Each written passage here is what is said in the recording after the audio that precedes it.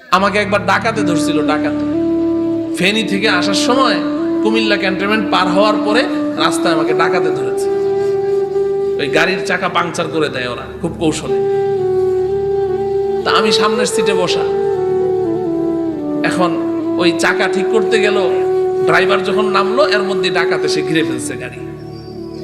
তা আমি তো সামনের সিটে বসে দোয়া ইউনুস পড়ছি, আল্লাহর সাহায্য চাইছি। তো একটা ছেলে এসে খুললো দরজা খুলে বলছে, হুজুর টাকা পয়সা যা আছে দিয়ে দেন, আপনাকে কিছু বলবো না। তো পরে আমি বললাম যে আমার কাছে টাকা পয়সা কি আছে তুমি দেখো, চেক করে দেখো কি আছে। ওই যে একটু আগে বললাম যে সত্য কথা বলবেন, সত্য কথা বলবেন, কখনো মিথ্যা কথা বলবেন না, কোনো সময় না। সত্য কথা বললে আল্লাহ সাহায্য আপনার সাথে থাকবেই। সাময়িকভাবে হয়তো আপনি বিপর্যয়ের মধ্যে পড়তে পারেন, সাময়িকভাবে, কিন্তু আল্লাহ পাক এর উত্তম বদলা, উত্তম প্রতিদান, এর চেয়ে আরো কয়েক কোটি গুণ বাড়ি আল্লাহ আপনাকে দিয়ে দিবেন। তো আমাকে বলছে টাকা যা আছে দিয়ে দেন। আমি বললাম যে আমি তো আমার টাকা দিব না, আমার টাকা দিলে তো তোমার কাছে সন্দেহ থাকবে যে আমি দিলাম কি দিলাম না, সব দিলাম নাকি লুকিয়ে রাখলাম, তোমার সন্দেহ থাকবে। তুমি নাও, তুমি দেখো আমার পকেটে কি আছে। কারণ হলো, আমি এই কথা বলার কারণ হলো যে আমার সব পকেটে কিছু কিছু টাকা ছিল। এক লোকের কাছে আমি 10,000 টাকা পেতাম, বাসা থেকে যখন সিঁড়ি দিয়ে নামছি তখন সে আমাকে টাকাটা দিয়েছে, মাহফিলে যাচ্ছে। তো টাকাটা আর বাসায় রেখে আসতে মনে ছিল না, বা চাইলামও না যে ঠিক আছে থাক। তো ওই টাকাটা এইদিকে এক পকেটে রেখেছি, 10,000 টাকা। তো আবার মাহফিল থেকে যে টাকা দেয় আমি তো কোনোদিন দেখি না, আলহামদুলিল্লাহ এই পর্যন্ত দেখি নাই। যতদিন আল্লাহ জীবিত রেখেছেন যেন আল্লাহ তাআলা এইভাবে চলার তৌফিক দান করে, আপনারা দোয়া করেন। তা আমি তো জানি না, একটা খামের মধ্যে দিয়েছে ফেনী থেকে, তো খামটা এই পকেটে রেখেছি। তো এখন মাঝখানে সিএনজি নিবে গাড়িওয়ালা, তো সিএনজির টাকা দেওয়ার জন্য খামের ভিতর থেকে 1,000 টাকা বের করে ড্রাইভারকে দিলাম। আবার মাথায় আসলো যে আচ্ছা এই গাড়ির ভাড়াটা তখন মনে হয় ফেনী থেকে 5,000 টাকা হবে, খামের ভেতর থেকে 5,000 টাকা বের করে ড্রাইভারকে গাড়ির ভাড়া দেবো, এই জন্য ওই 5,000 টাকা আবার এই পাশের পকেটে রেখেছি।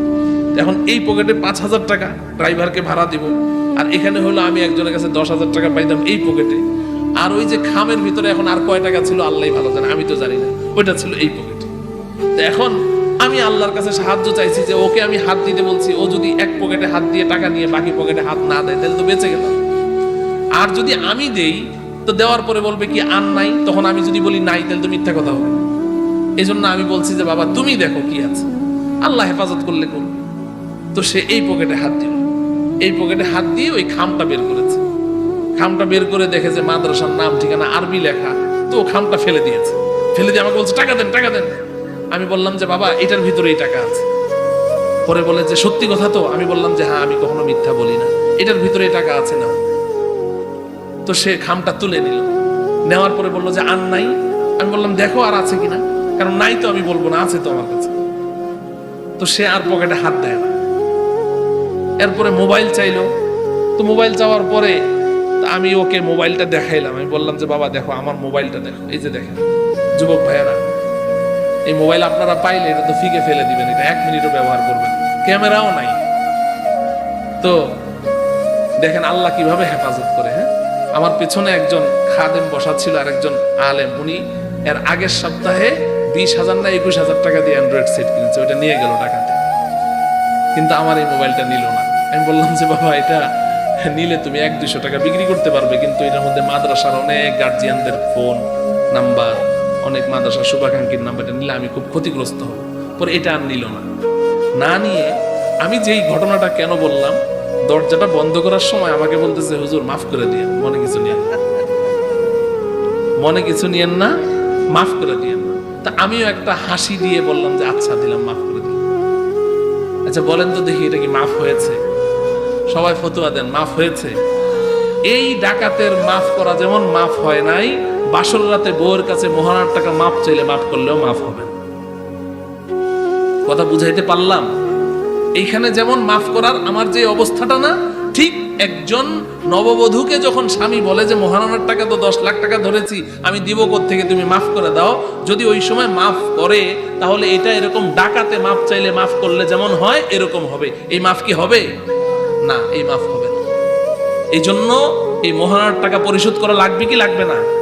হ্যাঁ, মুফতি শফি রহমতুল্লাহ আলাই লিখেছেন যে তুমি যদি তোমার স্ত্রীর হাতে মোহরানার টাকাটা পুরা দিয়ে দাও, 5 লাখ টাকা মোহরানা ওর হাতে দিয়ে দাও, এই যে নাও তোমার মোহরানার টাকা। এখন এই টাকাটা নিয়ে সে কতক্ষণ নাড়াচাড়া করলো কিংবা আলমিরাতে রেখে দিল, পরের দিন আপনি ঘরে আসার পরে টাকাটা আপনার হাতে দিয়ে বলল, স্বামী আমি টাকা দিয়ে কি করব, আপনিই তো আমার টাকা, আপনিই তো আমার জীবনের সবকিছু, টাকা দিয়ে আমি কি করব, আপনার টাকা আপনার কাছেই রাখেন, তখনই শুধু মাফ হবে, এর আগে মাফ হবে। কথা বুঝাইতে পারলাম? এই জন্য লেনদেনের স্বচ্ছতা চাই, লেনদেন পরিষ্কার রাখতে হবে, না হলে কিন্তু কোনো উপায় থাকবে না। আল্লাহ রাব্বুল আলামিন আমাদের সবাইকে বুঝার তৌফিক দান করেন।